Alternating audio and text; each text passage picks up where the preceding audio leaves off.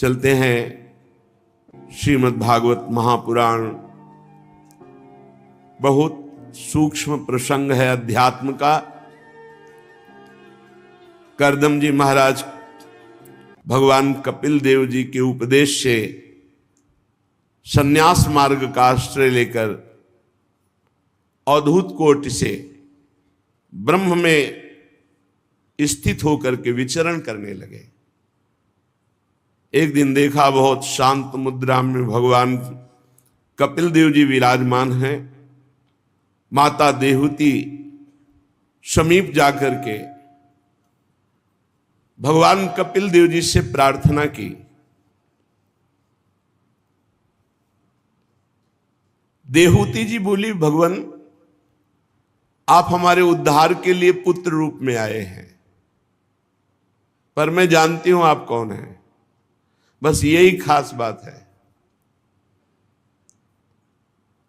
हम जानती हैं आप कौन हैं, ये पता होना चाहिए।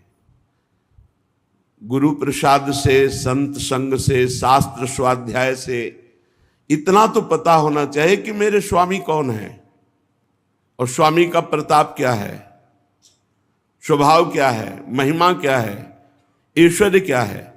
फिर पता चलता है इतना महान, वो इतना बड़ा प्रेमी है कि अपने प्रेमियों के चरण चापने में भी उसे संकोच नहीं होता, सारथी बनने में भी संकोच नहीं होता, लंगोटी धोने में भी संकोच नहीं होता। तब हृदय लुट जाता है। इतना महान और इतनी छोटी सेवा के लिए स्वयं भक्तों की परिचर्या करना। हे भूमन, ये दुष्ट इंद्रियां विषयों में भोगते भोगते इतना लंबा समय हो गया, ये ऊब ही नहीं रही। पर मैं ऊब गई हूं अब इंद्रियों को छूट देते देते। देख लो, भगवान की माताजी बनने का सौभाग्य मिला और महान योगी करदम जी की अर्धांगिनी और महान भगवत स्वरूप मनु जी की पुत्री। और इनको जो वैभव भोग मिला वो देवराज इंद्र के पास भी नहीं है, क्योंकि ये योग शक्ति के द्वारा प्राप्त भोगों को भोगा। कह रहे मैं ऊब गई, पर ये इंद्रियां दुष्ट कभी नहीं उबती। ये अनुभव लीजिए। अब मोड़ना होगा इंद्रियों को, जबरदस्ती हटाना होगा। हमको जो मन सलाह देता है कि भोग लो, तुम्हारे अनुभव में आ जाएगा कि कैसा सुख है, फिर मन हटा लेंगे, फिर इंद्रियां हटा लेंगे। बहुत बेईमान है ये, इसकी ऐसी चाल में मत फंसना। कोई बात नहीं, भगवान तो मिल ही जाएंगे, कृपा सिंधु हैं। अब ये भोग सामने उपस्थित है, भोग लेते हैं। बहुत बुरा फंस जाओगे। विषय चुगा जिन चुगय मन, चुगत कछुक सुख होए, फिर फांसी ऐसी लगे तेषम दुख ना हो। मान लो पक्षियों को दाना दिखाई देता है, जाल नहीं। ऐसे भोगी पुरुष को भोग सुख दिखाई देता है, उसका बंधन नहीं। महापुरुषों को बंधन दिखाई देता है, भोग सुख नहीं। इंद्रियों को चाहे जितना भोग दे दो, पूरे जीवन भर ये कभी तृप्त नहीं हो सकती। ऐसी दुष्ट हैं ये, ज्यों का त्यों वैसे नवीन उत्साह रखती भोग भोगने के लिए। धिक्कार है। किसी का ज्ञान काम नहीं करता, भगवान की ऐसी बलवती माया है। भाई एक बात काम करता है, शास्त्राज्ञा का कभी भी उल्लंघन जो नहीं करता वो कभी भी माया में नहीं फंसता। शास्त्र संत गुरुदेव की आज्ञा में जो रहता है कभी माया में नहीं फंसता। और जो अपने को ज्ञानी और समर्थ समझकर थोड़ा भी उल्लंघन करेगा, फौरन फंसा लेगी माया। एक शब्द भी गुरुदेव की आज्ञा का उल्लंघन हुआ तो उतने ही माया फंसा लेगी। एक शब्द भी शास्त्र की आज्ञा का उल्लंघन हुआ तो उतने ही फंस जाओगे। जिसको माया मुक्त होना है तो अक्षरशः शास्त्र आज्ञा का पालन करो, नहीं फंस जाओगे। इंद्रियां बड़ी बलवान हैं, प्रथम स्वभाव की हैं, वैसे ही बलवान उनका नेता मिल गया मन। तो 5 ज्ञानेंद्रियां और मन, ये मनमानी करके जीव को बार बार त्रास दे रहे, बंधन में डाल रहे, बार बार आवागमन के चक्र में डाल देते। होश में उठो, सच्ची कह रहे हैं, अभी आप समझ नहीं पा रहे। बहुत दुष्ट है मन और इंद्रियां, इनके दुलार में फंस करके बहुत नीचा देखना पड़ता है और बहुत नीच गतियों को प्राप्त होना पड़ता है।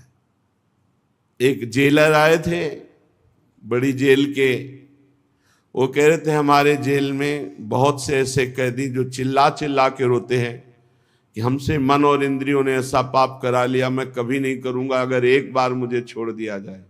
बोले हमारे अधिकार में तो है नहीं कि छोड़ दूं, सजा हो चुकी।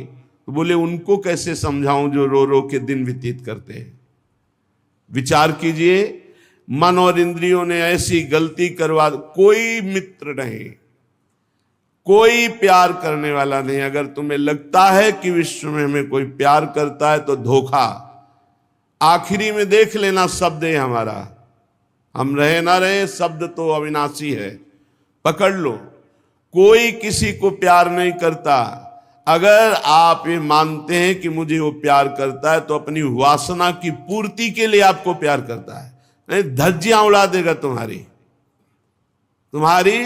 धज्जियां उड़ा देगा, रोगे, पैर पकड़ोगे, फिर भी तुम्हें कोई क्षमा नहीं करेगा। इसलिए भूल से भी मन और इंद्रियों की प्रेरणा से ऐसा कार्य मत कर देना जिससे जिंदगी बर्बाद हो जाए। ये बर्बाद कर देती है जिंदगी इंद्रिया मन। बड़ी मीठी मुस्कान से मधुरता पूर्वक पूर्ण समर्पण, ऐसा लगेगा कि भगवान ने हमारी साधना का फल दिया है, ऐसे माया आती है। और फिर चरणों में झुका के रौंद के नष्ट करके रुला के बर्बाद करके फिर जाते कि देख शास्त्र और गुरु की आज्ञा का उल्लंघन का फल, अब तू पूरे जीवन बर्बाद होकर बैठ, किसी काम का नहीं रह गया, जा रहे हो। ये बात नोट कर लो। अगर तुम्हें जीवन में भगवत प्राप्ति करना है तो भजन बने ना बने, माया का स्पर्श मत कर लेना। गुरु आज्ञा शास्त्र आज्ञा का उल्लंघन नहीं करोगे, पड़े रहोगे तो भगवत प्राप्ति हो जाएगी। हमारी बात सुन लेना। क्यों? भरोसे में हो श्री जी के। ऐसे हो क्या? साधारण नहीं हो, तुम असाधारण हो चुके हो। तुम भगवत संबंध से युक्त हो, तुम्हारा संबंध ब्रह्म संबंध हो चुका है। संबंध से तुम्हें भगवत प्राप्ति हो जाएगी, पर पड़े रहो। इधर उधर मन और इंद्रियों की, हाथ उठा के कहता हूं, मन और इंद्रियों की बात में मत लगना। ये इतनी नीच राक्षसी है, ये ऐसे फंसा देंगे कि आहा भी नहीं बोल पाओगे किसी से, उत्तर भी नहीं दे पाओगे किसी को, ऐसे नीच हैं। तो हे भगवान मैं ऊब गई हूं, देहूति जी कह रहे हैं। देखिए इंद्रियां कितनी बलवान है, आगे प्रसंग में आएगा। एक गंधर्व गंगा जी में अप्सराओं के साथ विहार कर रहा है, जल के लिए आदमी विविध प्रकार। जमदग्नि जी की अर्धांगिनी रेणुका जी, वो संध्या का जल लेने गई थी। उन्होंने गंधर्व को और अप्सराओं को केली करते देखा, अच्छा लगा। बस वह केली अच्छी लगी, केवल देखने में रुचिकर लगी, कोई पाप वासना नहीं हुई। बहुत महामहिम है, वो भी भगवान की माता जी हैं, भगवद अवतार उनके गर्भ से प्रकट हो रहे हैं भगवान परशुराम। जमदग्नि जी को विलंब हो गया संध्या के लिए, तब उनको ध्यान आया, वो भागती हुई आई। कहा विलंब कैसे? ग्रीवा झुका दी, ध्यानस्थ हुए, ध्यान में देखा, अरे ब्रह्म ऋषि की अर्धांगिनी और गंधर्वों की केली तुम्हें अच्छी लगी देखने में, और पुत्र बैठे थे, बोले काट दो गला इनका। पुत्रों की हिम्मत नहीं हुई। मां है। भगवान परशुराम जी समाधि से उत्थापन होकर बाह्य दशा को प्राप्त हुए, ऐसा लगा पिताजी याद कर रहे हैं। तुरंत उपस्थित हुए महान पितृभक्त, ग्रीवा झुकाई, पिताश्री उनका माता का गला उतार दो। एक सेकंड नहीं लगा, भाइयों को मार, एक सेकंड नहीं लगा, काट दिया। तुम्हारी सेवा से हम बहुत प्रसन्न हुए, वरदान मांगो, मेरी मां और मेरे भाई वैसे ही जीवित हो जाएं जैसे थे, और उनको स्वप्नाभास भी ना हो, उनको स्मृति ही ना रहे कि मैंने काटा है। बहुत प्रसन्न हो कहा, तथास्तु, ऐसा ही हो। हम यहां जो माता देहूती जी भगवान की मां है, कपिल भगवान की, वो जो कह रही हैं उस बात को समझो। ये दुष्ट इंद्रियां कभी भी विषयों से तृप्त नहीं हो सकती। मैं बहुत ऊब गई हूं, ये बात स्वीकार करना होगा। बहुत ही भयावह ये जगत है, बहुत ही दुष्ट स्वभाव का हमारा मन और इंद्रियां है। अगर हमारा भजन छूटा, शास्त्र और गुरु आज्ञा के विपरीत चले, तो ऐसी जगह फंसा देंगी कि रोते रहोगे, रोते रहोगे, कोई रास्ता नहीं। और फिर ये दुष्ट हमारे ही संग रहेंगी, ये मन इंद्रियां रहेंगी हमारे संग ही, बार बार पश्चाताप करेंगे, लेकिन फंसा देंगी। फिर फांसी ऐसी परे तेषम दुख न कोई। जब बड़े बड़े महापुरुषों की इंद्रियों को माया खींच सकती है, तो हम तो साधारण जीव हैं, हमको बहुत सावधान रहना है। ऐसी जलन हृदय में तुम्हारे रात दिन रहेगी और शांत करके तुम्हें नरक भेज देगी। बहुत सावधान। प्रभु, ये इंद्रियां मांग रखती रहती हो, मैं इनको पूरा करने में लगती, पूरा जीवन व्यतीत हो गया, मैं अज्ञान अंधकार में पड़ गई हूं। ये अपने लिए नहीं कह रहे, क्योंकि उनका अज्ञान अंधकार क्या, स्वयं ज्ञान के भास्कर भगवान कपिल देव जी पुत्र रूप में आए, वो तो मुक्त ही हैं जिनके गर्भ से भगवान आए, वो हमारे लिए कह रहे। इन इंद्रियों की नई नई मांगे और उनके पूर्ण करने में हमारा पूरा जीवन बर्बाद हो गया। कभी जितेंद्रियता का अभिमान भी न करे। अगर बढ़िया साधन पूरे जीवन से चल रहा है तो अभिमान भी मत करना। संतों से सुना जाता है शास्त्र, इसीलिए कि शास्त्र तो है ही और साथ में उनका अनुभव होता है। इसलिए प्रथम सुने भागवत भक्त मुख भगवत वाणी। गीता और भागवत सुनने का आदेश भक्त के मुख से कह रहे हैं, क्योंकि स्वयं का अनुभव होता है। भगवान की माया अगर अहंकार कर लिया तो मुंह भरा गिरोगे। डरते रहो और प्रार्थना करते रहो कि हे हरि गुरु, कभी मेरे हृदय में अहंकार ना आवे, कभी वचन से भी ना निकल जाए कि मैं जितेंद्री हूं, मैं प्रतिग्रह रहित हूं, मैं कभी विषय सेवन नहीं, कभी ना निकल जाए, नहीं हाहाकार मच जाएगा जीवन में। ये भी लिख लो, दिमाग में बैठा लो, हाहाकार मच जाएगा, निकलना मुश्किल हो जाएगा, त्राहिमाम बोल पड़ोगे। ऐसी भगवान की प्रचंड माया है। प्रभु, मेरी तो जन्म परंपरा समाप्त हो चुकी है। क्यों? क्योंकि आप पुत्र रूप में मुझे प्राप्त हो गए हैं। इस अज्ञान अंधकार से पार लगाने के लिए ज्ञान रूपी नेत्र आप मुझे प्राप्त हो गए। मुझे अपनी अब चिंता नहीं, मेरा तो काम हो गया, आप मिल गए ना। यही तो है, यही तो है पूरे जीवन का लाभ की भगवान मिल जाए। तस्य त्वं तमसोऽन्धस्य दुष्पारस्याद्य पारगम सचक्षुर्जन्मनामन्ते लब्धम में तदनुग्रहात्। आपके अनुग्रह से मैं तो पार हो चुकी, क्योंकि अज्ञान अंधकार से पार करने के लिए आप ज्ञान रूपी चक्षु मुझे प्राप्त हो गए पुत्र रूप में। स्वामिन, ये देह बहुत नरक है, बहुत नीच है। यदि भजन और भगवत साधना न बनी तो सबसे बड़ा नरक ये है।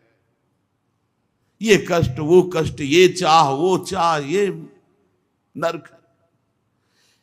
अगर इससे सत्कर्म बना, परोपकार बना, सदाचरण बने, भगवत आराधना बनी तो धन्य है मानव जीवन। और अगर गंदे आचरण, गंदे विचार और गंदगी शरीर तो नरक नहीं और क्या है। इसको महान माने हुए हम बैठे हैं। यदि ये भगवत सन्मुख है, भगवत आचरण हो रहे, परहित हो रहा तो धन्य है। धन्य धन्य धन्य तेई जे इनके उपासी। जो प्रिया प्रीतम के उपासी वही धन्य, जो प्रभु के उपासी वही धन्य मनुष्य जीवन। नहीं तो नरक समझो, नरक। त्राहिमाम शरणागत रक्षक भगवान सबकी बुद्धि को शुद्ध करें, अपनी तरफ आकर्षित करें। नहीं तो प्रचंड माया, मरने जा रहे हैं, वृद्ध हैं, फिर भी वासना का अंत नहीं। क्यों? जीवन में भजन नहीं किया। गंदी से गंदी घृणित बातें दिमाग में, घृणित वही आचरण, घृणित वही विषय। प्रभु ये देह, इसमें जो अहंकार हो गया है कि मैं हूं, बहुत ये दुर्गति कराने वाला है। और ये नष्ट होता केवल भगवान की कृपा से। प्रभु ये जो अहंकार हो गया है कि देह मैं हूं, मैं पुरुष हूं, मैं स्त्री हूं, मैं, ये आपकी माया से हुआ है। और केवल आपसे ही दूर होगा। त्वया, आपके द्वारा।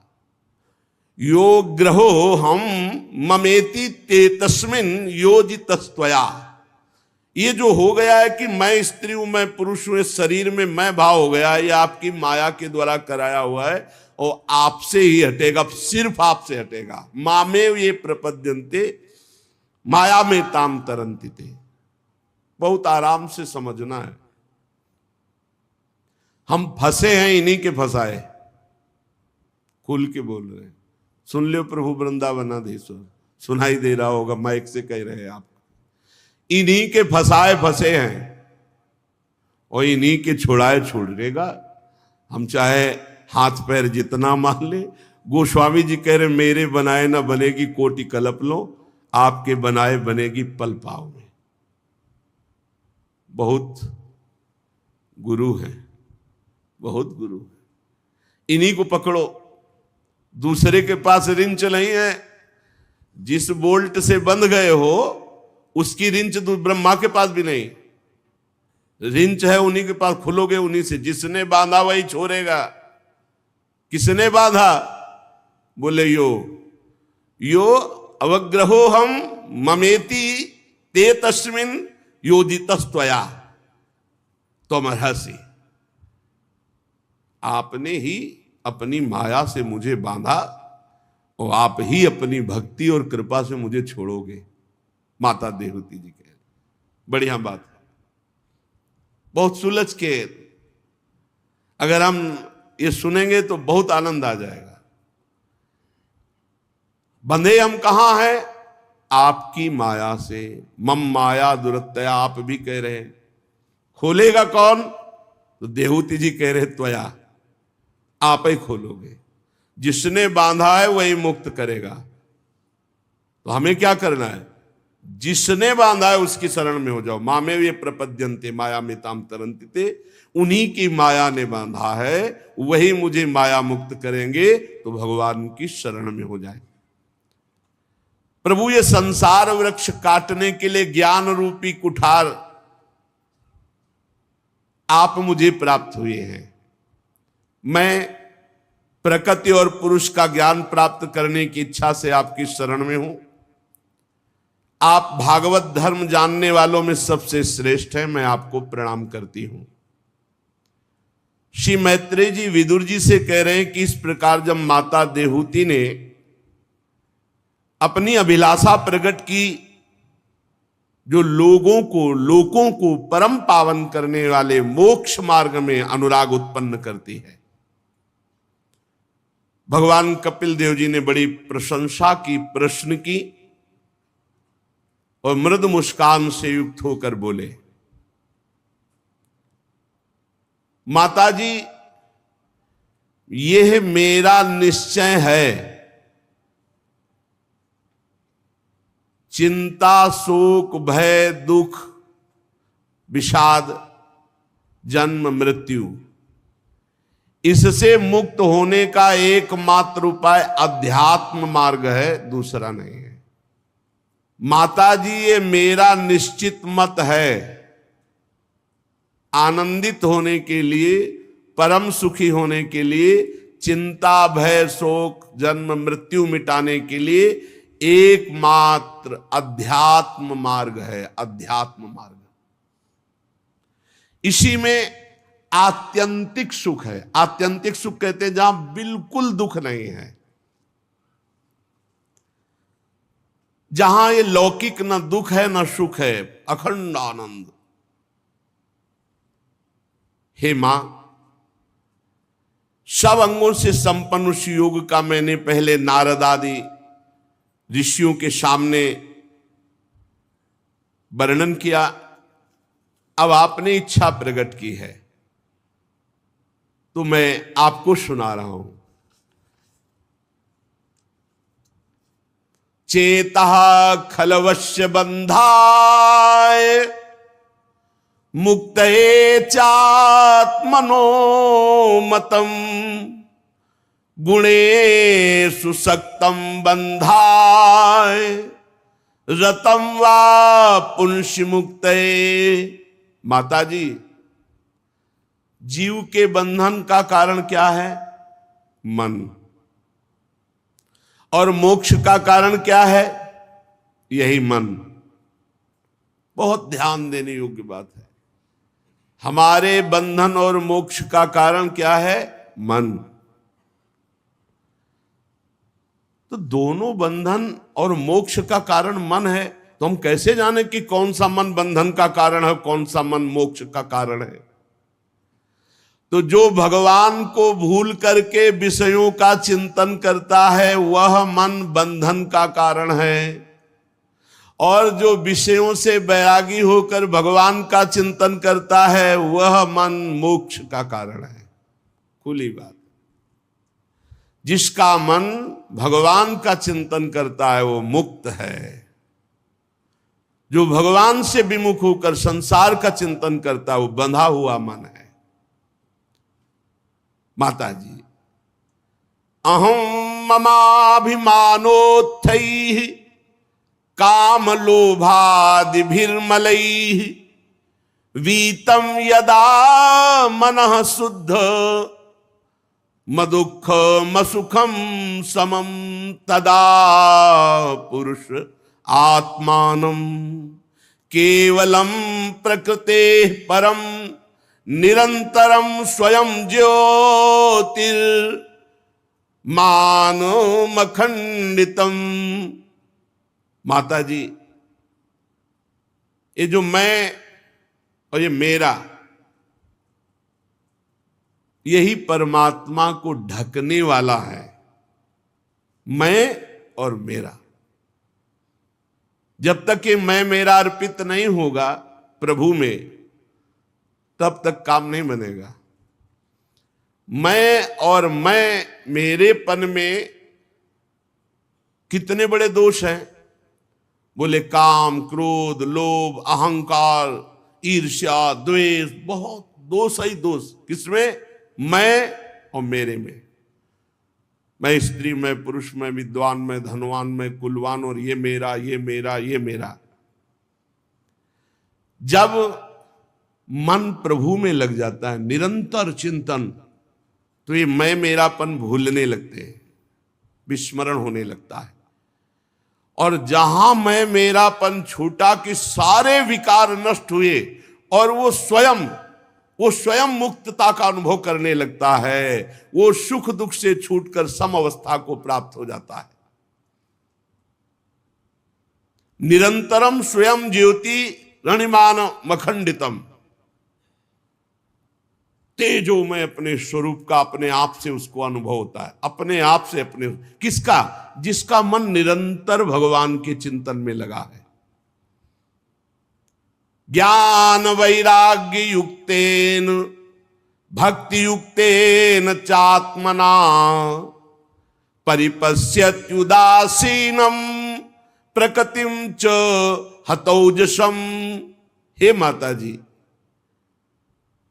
जब कोई सत्संग के द्वारा, शास्त्र स्वाध्याय के द्वारा ये ज्ञान प्राप्त करता है कि जो मेरा मन व्यर्थ के भोगों की आकांक्षा करता है, व्यर्थ का चिंतन करता है, इसी को संभालने के लिए तो हमारा मानव जन्म हुआ है। और वो मन को संभालता है, अर्थात वैराग्यवान बनाता है। शास्त्र ज्ञान से वैराग्य, और वैराग्य से फिर ज्ञान। जो ज्ञान अभी हुआ ये ब्रह्मबोध हुआ, या भक्ति युक्तेन चात्मना, दो बातें बताई।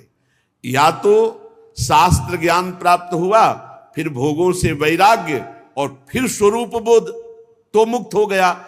या सीधे तन मन प्राण सर्वस्व भगवान को समर्पित करके और भगवान का भजन करता हुआ। ये दोनों को यही अनुभव होता है कि ये माया शक्तिहीन है। जो भजनानंदी है उसके आगे कोई माया का पावर नहीं। जो बोध संपन्न महापुरुष, वहां माया है ही नहीं। लेकिन हम लोग जो बीच वाले हैं, न ज्यादा ज्ञानी और न ज्यादा ज्ञानी है, इन्हीं को थप्पड़ लग रहे हैं माया के। जैसे अभी एक दिन सत्संग में सुना था कि दो ही सुखी है, या तो एकदम जिसका फेल हो चुका है दिमाग, पागल, और या जो एकदम बोध संपन्न है। वो बीच के जितने सब पिस रहे हैं, थोड़ा ज्ञान, थोड़ा आकर्षण माया का। जो भगवत प्राप्ति के निमित्त भक्ति करता है, भक्ति युक्तेन चात्मना, तो क्या और कारणों के लिए भी भक्ति होती है क्या? हाँ, जैसे माला चलाया जाता है तो एक भजन के लिए भी माला चलाया जाता है, तो एक दूसरे के नाश के लिए भी चलाया जाता है। मारण, मोहन, वशीकरण, उच्चाटन, बहुत तरह की भजन वृत्तियां हैं।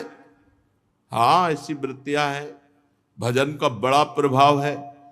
अगर तामसिक मंत्रों का प्रयोग कर दे तो मतलब तत्काल मृत्यु हो जाए, अकाल मृत्यु हो जाए। मंत्र बल, अब पर अपना जीवन बर्बाद कर दिया ना, किसी का अहित कर दिया मंत्र बल से। जैसे यज्ञ होती भगवान नारायण की प्रसन्नता के लिए, लेकिन अविचार भी तो यज्ञ का होता है, दूसरों के नाश के लिए। जैसे सुदक्षिण कर रहा था काशी में बैठा हुआ द्वारिकाधीश के लिए, बहुत ऐसे हैं।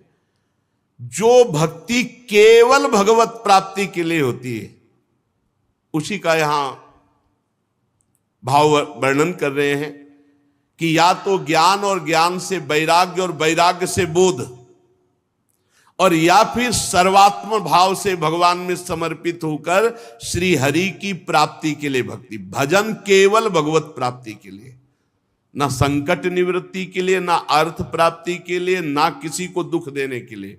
ये बड़े बड़े साधकों में चूक हो जाती कि अपने भजन का प्रयोग दूसरे के अनिष्ट करने में कर देते। जैसे हमारे मन के प्रतिकूल आप चले तो जबान से तो नहीं बोले, बहुत संभाल लिए, शरीर से भी आपको पीड़ा नहीं पहुंचाई, लेकिन भजन करते हो मन से सोच, हो गया प्रयोग, हो गया। क्योंकि पावर है, भजन है।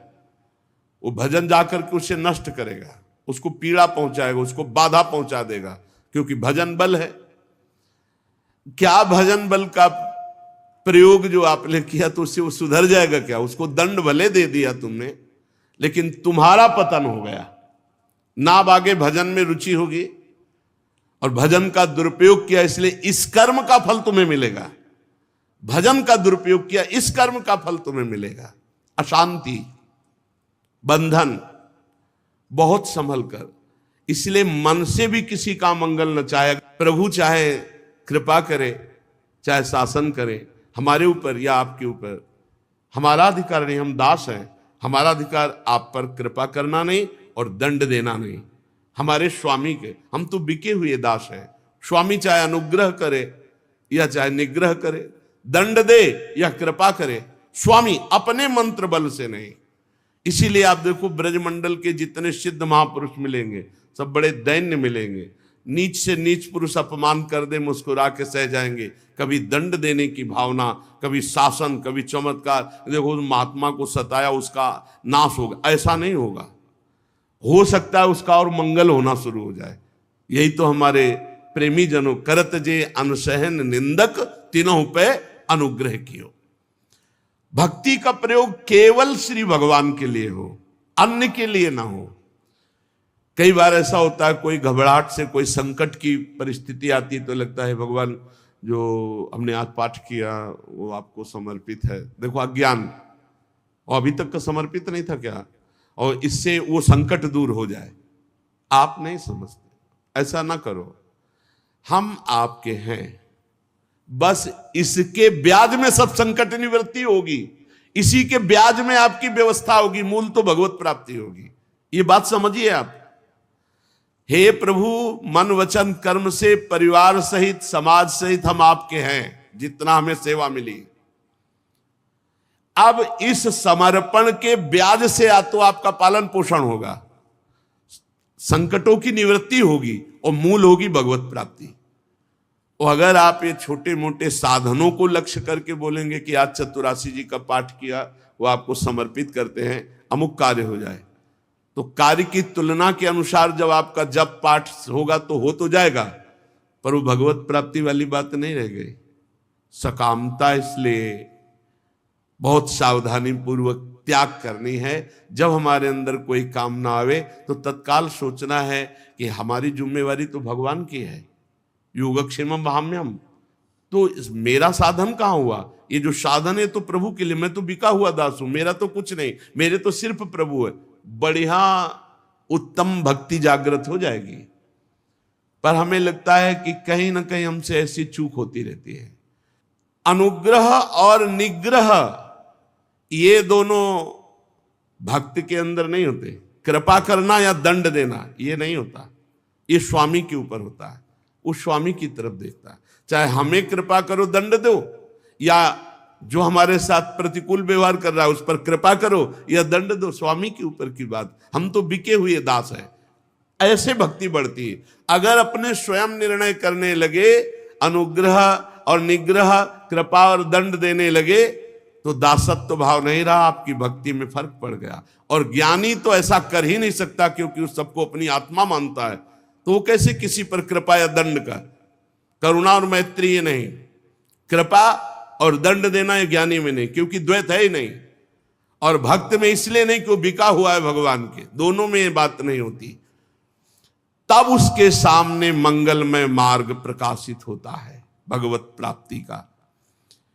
विवेकी जन, बहुत ध्यान देने, बहुत अमृतमय प्रसंग है। विवेकी जन, महापुरुष जन कहते हैं कि संग या आसक्ति यही दुर्गति प्रदान करती है। संग या आसक्ति ये आत्मा का अच्छेद्य बंधन है। बहुत सूक्ष्म विषय है ये, साधारण लोग साधारण भाव में ना ले जाएं। पूरा जीवन जब व्यतीत होता है वैराग्य से, फिर कोई थोड़ा भी प्यार करता है तो चिंगारी की तरह कहीं ना कहीं कुछ बकाया रहता है। लगता है मेरा कोई है। बस समझ लीजिए कि ये वो है जो पूरे जीवन के परिणाम में गुणा लगा देने वाला है। बहुत समझ लेना, अगर समझ पाओ ना समझ पाओ तो भगवान कृपा करेंगे, आगे समझा देंगे। जैसे चक्रवर्ती सम्राट ऋषभदेव भगवान के पुत्र, पुत्र पुत्रियां, राजरानी, वैभव, सुख, भोग सब छोड़ा भगवान के लिए। बहुत काल तक गंडकी नदी के किनारे भजन किया। थोड़ा हिरन के बच्चे में, और वो कोमल कोमल सींगों से ऐसे खुजलाता ना, तो जैसे राजकुमार गोद में हो ऐसे हिरण के बच्चे को लेकर छाती से लगाते और वत्स तेरा मंगल हो। मतलब छुपा हुआ राग पुत्र पुत्री और परिवार का पूरा हिरण पे आ गया।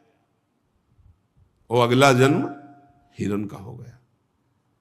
पूरे जीवन में हमारे प्रिय शब्द केवल भगवान के लिए रहे। जीवन में मैं और मेरा ना आने पावे।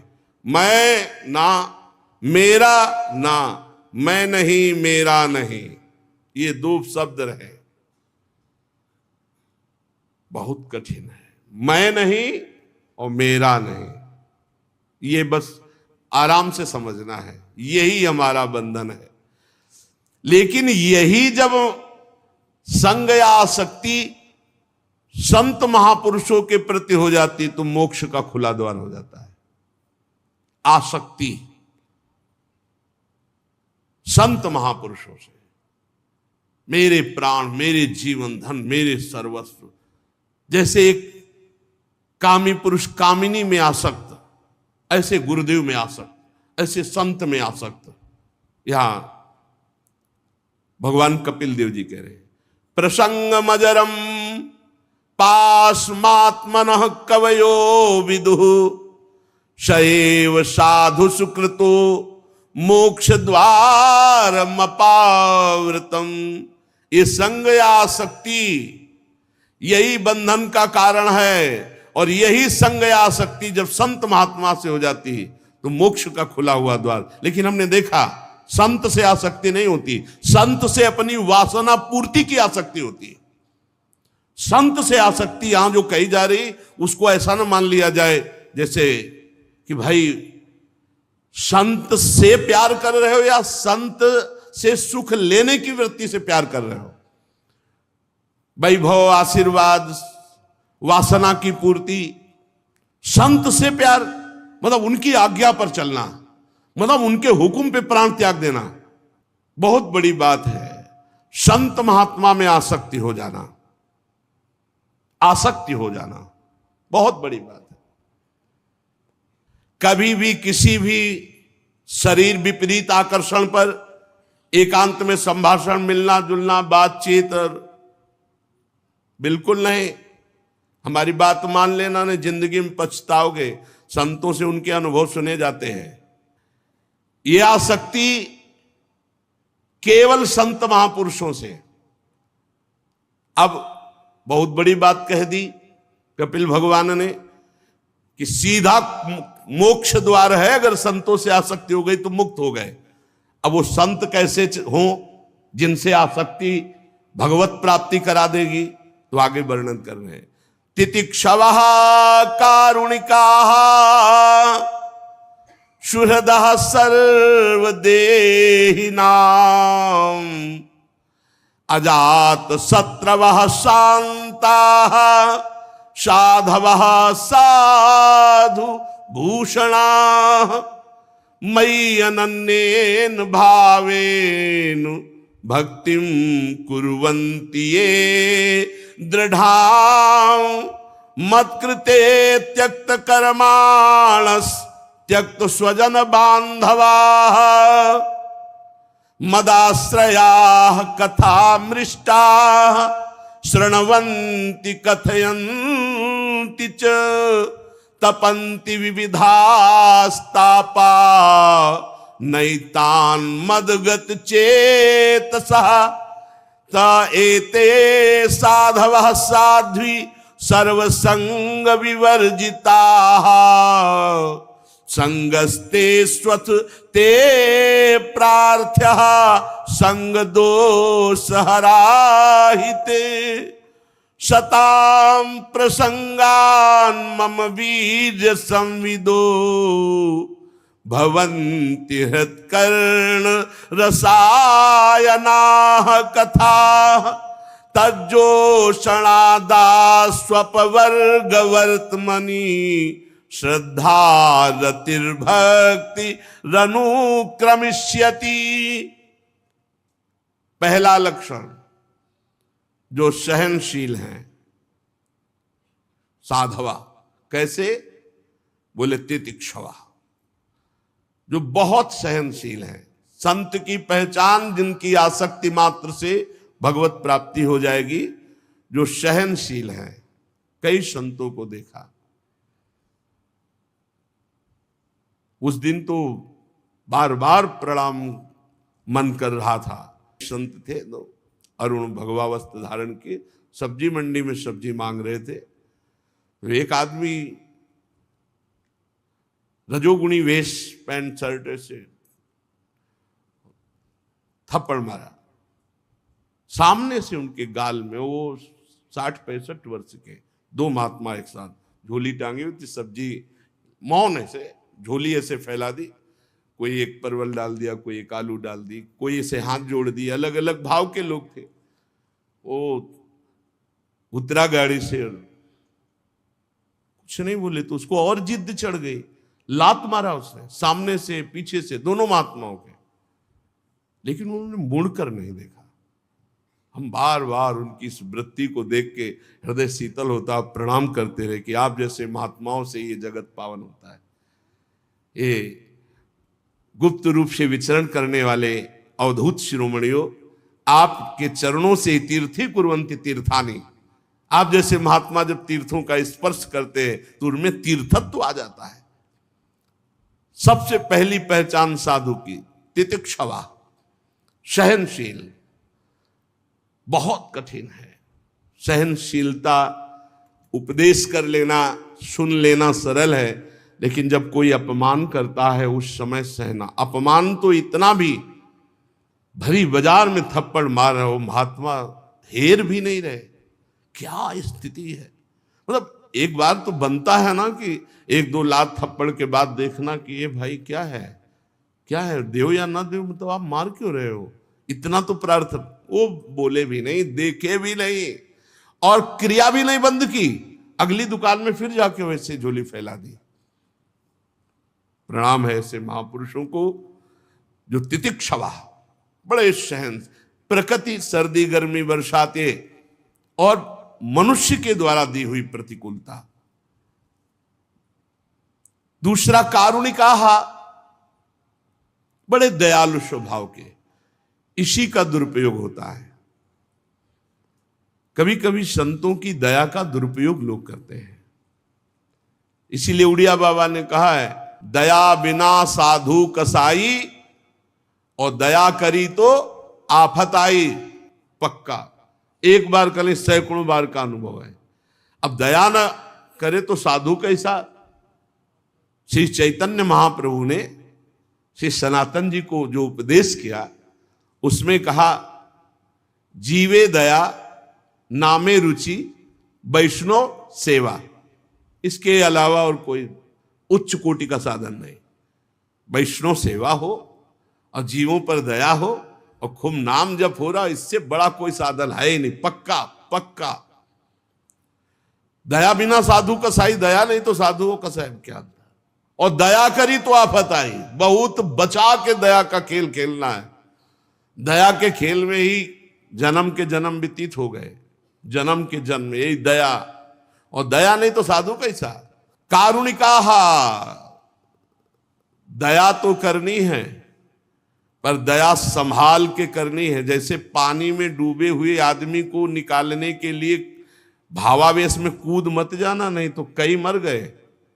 एक परिकर में 8 नौजवान स्नान कर रहे थे और एक का पैर फिसला, तो बचाने के लिए क्रम बाई क्रम 8 कूदे। वो 8 को एक जैसे 2 डूब रहे, तीसरा उनको बचाने, वो चौथा तो 8 मंडली सहित डूब गए, क्योंकि एक दूसरे श्वास लेने के लिए दबाते हुए 8 क्रम बाई क्रम हुए। निकालने वाला इतना प्रवीण होना चाहिए कि सहारा दिया जाता है। नाम वाणी लीला धाम, इसका सहारा दिया जाता है और दूर आ जाता है। पर दूर रह करके वो सहारा पकड़ नहीं पाता है, तो लगता है थोड़ा जैसे जमीन पे गिरा हुआ हो तो उसे वैसे ही झुक के गिर के उठाया जाता है। तो गिरने वाला ये ना समझे कि ये गिरा है, नहीं, वो तुम्हारे उठाने के लिए झुका है। लेकिन भ्रम ये हो जाता है कि ये मेरी क्वालिटी का, क्योंकि गिरा है, बस वही चूक हो जाती है। साधु को साधु ना समझ करके अपने समान समझ लिया जाता है तो उनकी दया का दुरुपयोग होता है। कारुणिकाहा, दया तो करनी पर बहुत संभाल के करनी है। ये जीवन भर ध्यान रखो, तुम्हारी भाव में कभी मृदुता ना आने पावे। भाव में थोड़ी सिकुड़न बनी रहनी चाहिए। जब किसी से बात करो उसको लगना चाहिए ये ज्यादा बात करोगे तो गुस्सा ही आने वाली है, बच जाओगे। हम जो आपको बता रहे, वाणी जी जो कह रही वो सिद्धों की बात कह रही, साधकों की नहीं। साधकों को हंस बोले बहुमान दे में नहीं आना। करुणा तब स्थिति जब भगवान तुम्हारे नेत्रों में सामने दिखाई दे रहे हो तब हमें लगता, नहीं तो तब तक चुपचाप साधन में लगो, ज्यादा दया वाले मार्ग में ना जाओ, नहीं तो बहुत ही गड़बड़ हो जाता है। बहुत विचित्र दया है। इस दया रूपी फांसी से भी बचो। यद्यपि ये साधु का सद्गुण है, साधु का स्वभाव है, साधक का स्वभाव है दया करना, पर फंसा भी देता है। बहुत बचा के तो कह रहे हैं कि संत जिनसे हमारी आसक्ति मात्र से भगवत प्राप्ति हो जाएगी वो तितिक्षवः और कारुणिकाः, दयावान हो। सुहृदा सर्वदेही नाम, उनका किसी से अपना परायापन नहीं होता, सबके प्रति प्यार होता है। पर जो जितना समर्पित होता है वो उसी प्यार को समझ पाता है। जैसे भगवान कह रहे हैं सब मम प्रिय सब मम उपजाए, सब मेरे प्रिय सब मेरे उपजाए हुए, सब पर मोर बराबर दया। पर जो भगवान का भजन करते हैं, आश्रित है, वही उनकी कृपा और दया को समझ पाते हैं। ऐसे ही भगवान के जो प्रेमी संत जन होते हैं अहेतुकी दयालु होते हैं, पर जो उनकी आज्ञा का पालन करता है, उनके अनुसार चलता है, वही उनकी कृपा और दया का भाजन बनता है। अजात शत्रवः, भगवत प्रेमी महात्माओं का कोई शत्रु नहीं होता। एक बार ढूंढी घाट है, वहां के महाराज जी श्री स्वामी आत्मा प्रकाश जी महाराज, हनुमान जी का ऐसा वैभव है, मतलब विशाल हनुमान जी और विशाल मुकुट, विशाल छत्र और सब स्वर्ण की। तो वहां के आसपास के गांव के ही 5-7 लोग रात्रि में अजात शत्रवा की बात बता रहे, चोरी करने आए। तो हनुमान जी के मंदिर को पीछे से काट लिया, और वो जो स्वर्ण के छत्र और ये सब उठा लिए। अब उठा तो लिए, पर किसी की चाल नहीं, चल नहीं सकता कोई। अब न रख सकते हो ना कुछ। सिद्ध महापुरुष सिद्ध हनुमान जी वैसे लिए खड़े रहे। रात्रि के 2 बजे गंगा स्नान करने श्री स्वामी आत्मा प्रकाश जी, वहां किसी का प्रवेश नहीं। तो एक बार गंगा जी की प्रणाम करके फिर हनुमान जी तो देखा उधर कुछ, तो शंका हुई, वहां वैसे गए, लगोटी लगाए, देखा, अरे भाई छोड़ दे, सब छोड़ दे, भाग जा, हनुमान जी का अपराध बन। उन लोगों ने बहुत पीटा, स्वामी जी को बहुत पीटा, मतलब वो अपनी जान में मार ही डाले से। स्वामी जी जो गए सो सब रख दिए, पर स्वामी जी को पीटा। अब जब सुबह हुआ, जो नित्य सेवा, वो जब देखा ऐसा सब बड़े बड़े अधिकारी कानपुर के, स्वामी जी आप बता भर दीजिए, थोड़ा सा बता दीजिए। और स्वामी जी को पूरा पता था। स्वामी जी ने कहा हमें कोई पता नहीं किसने मुझे मारा है, सब कर्मों का भोग है, शरीर का कोई कर्म होगा उसी, बहुत और कृष्ण शरीर तपस्वी। अजात शत्रवः, भगवान के प्रेमी जन, भगवान के संत जन कभी किसी को अपना शत्रु नहीं मानते कि वो तप बल के द्वारा या किसी समाज बल के द्वारा या पदाधिकारी बल के द्वारा उसको दंड दिलवा दे। जिनका शत्रु हुआ ही नहीं सृष्टि में, उसे अजात शत्रु कहते हैं। अपने यहां सेवक वाणी में लिखा है, हरिवंश नाम लीन जे अजात शत्रु ते सदा। जो नाम में निरंतर लीन है उनके हृदय में शत्रुता रहती ही नहीं, पूरे विश्व में उनका कोई दुश्मन नहीं होता, भले उनसे कोई दुश्मनी माने, नहीं होता। अजात शत्रवः। और शांताः, सबसे पहला भाव है अपने यहां शांत भाव, शांत दास्य सख्य वात्सल्य गोपी भाव सहचरी भाव, शांत भाव। शांत वही है जो हर स्थिति में शांत रहे। द्वंद्वों में समता ही शांति है। सेवक जी महाराज सेवक वाणी में, शत्रु मित्र सम जानी, मान मान अपमान सम, दुख सुख लाभ न हानि, यह है शांत भाव। शत्रु मित्र में समान भाव, मान अपमान में, निंदा स्तुति में, लाभ हानि में, सुख दुख में शांत, किसी भी स्थिति में अशांति नहीं, शांत किसी भी स्थिति में। बड़ा कठिन बात है, कहते गए निंदा स्तुति में कुछ नहीं। सामने से जब कोई गाली देता है ना और निंदा करता है ना, फिर हृदय में बिल्कुल कुछ नहीं होना चाहिए। जैसे हमारे सामने कोई दूसरी भाषा में हमें गाली दे तो हमें कुछ नहीं होगा, क्योंकि हम समझते नहीं क्या बोल रहा है। जब हमारी भाषा में हमको गाली दे और हम समझते हुए भी हमारे हृदय में कोई परिवर्तन न हो, कोई क्षोभ न हो, कोई स्थिति न भी, बड़ा कठिन बात है। ये तभी हो सकता है जब भगवान की कृपा प्रसाद से द्वैत भाव मिट गया है, सब में ब्रह्म भाव भगवत भाव, तभी शांत भाव की स्थिति होती है। तो भगवान के जो प्रेमी संतजन वो शांता, और कह रहे हैं कि साधवा साधुभूषणा, साधु का एक स्वभाव होता है जो बहुत सरल होता, छल कपट नहीं होता। पर छल कपटी लोग उनके स्वभाव को कपट ही समझेंगे। उनका सरल स्वभाव, न मन कुटिलाई, कुटिलता नहीं होती, सरल स्वभाव होता है। साधवा साधुभूषणा, सरल स्वभाव और दूसरों का सम्मान करना, यह संतों में स्वाभाविक स्थिति होती है। सहनशील, दयालु, समस्त देहधारियों के अकारण हितैषी, किसी के प्रति शत्रुभाव न रहना, शांत स्वभाव, सरल स्वभाव, दूसरों का सम्मान देने का स्वभाव। और खास बात, मयि अनन्य भावेन भक्तिम कुर्वन्ति ये दृणाम, जो मेरे में अनन्य होते हैं, स्वप्न में भी किसी और की आशा नहीं, एकमात्र प्रभु की। प्रभु से एक प्रार्थना किया जाए नित्य तो बहुत जल्दी लाभ मिलेगा। हे प्रभु, मन वचन कर्म से मैं आपका सेवक हूं, अब मेरे मन और इंद्रियां आपके विपरीत जा रहे हैं, तो नाथ आप हमें ऐसी सामर्थ्य दो कि मेरा मन मेरी इंद्रियां आपकी तरफ जाएं, आपके सिवा किसी की तरफ ना जाएं। प्रभु शरणागत रक्षक हो, आप हमारी रक्षा करो, हमारी इंद्रियां हमारे मन गलत मार्ग में जा रहे हैं। नाथ कहीं अविश्वास ना पैदा हो जाए, इनके द्वारा रचे हुए षड्यंत्र में कहीं मैं फंस न जाऊं। प्रभु कृपा करो। रोज 1-2 मिनट तो प्रार्थना करनी ही चाहिए।